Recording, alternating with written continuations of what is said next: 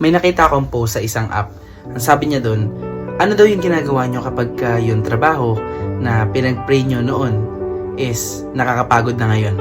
At merong isang reply doon na talagang tumusok sa heart ko. At nagpa-realize sa akin na ito yung pinagdadaanan ko ngayon.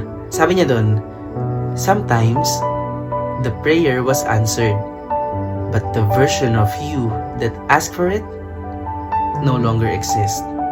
Makes sense, di ba? Yung work or status in general na pinag-pray mo noon is nakakapagod na sa'yo ngayon. Maybe because you want something new or unti-unti ka na nagiging ungrateful nang hindi mo na mamalayan. Let's put it this way.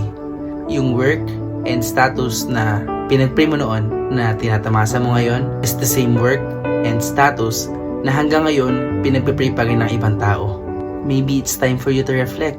Napapagod ka lang ba talaga or you're being ungrateful? Mapalad ka. Huwag mo kakalimutan yan.